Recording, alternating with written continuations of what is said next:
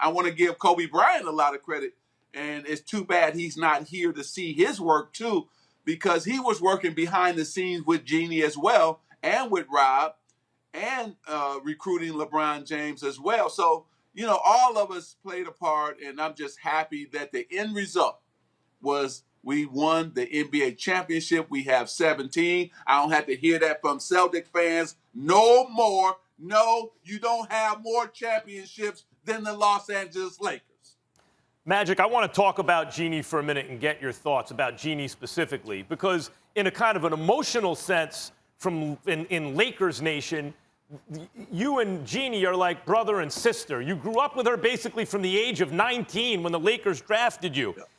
And she's the first female owner in the history of the NBA to win a championship now. And she did it with enough distance from the late, great Dr. Jeanie Buss, who's by far and without argument the greatest owner in the history of American team sports. She did it with enough distance that this is really on her. And I want to get to one example of it. When Kobe's Achilles went, they re-signed him before they ever saw him to 2 years, $50 million. And I thought at the time, what? You haven't even seen him play. That's the end of your salary cap. You're not going to be good for a long time. And what Jeanie told me then was, we have to send a message. First of all, it's Kobe. She wasn't going to let him go. And the NBA is going to see that this is how the Lakers take care of their own. Kobe's not just another player. He's a franchise icon, like Magic. Do you think that had any effect on the fact that LeBron looked at the Lakers and said, obviously your presence there, it was functional again, but said, yup, I want to play for the Lakers? Yes, he saw that Jeanie Buss is a great owner and a player's owner. And then at the same time, he saw a pathway. We had a strategy set up that there was a pathway to an NBA championship. So he understood that, yes, I can be the person who brings the Lakers back.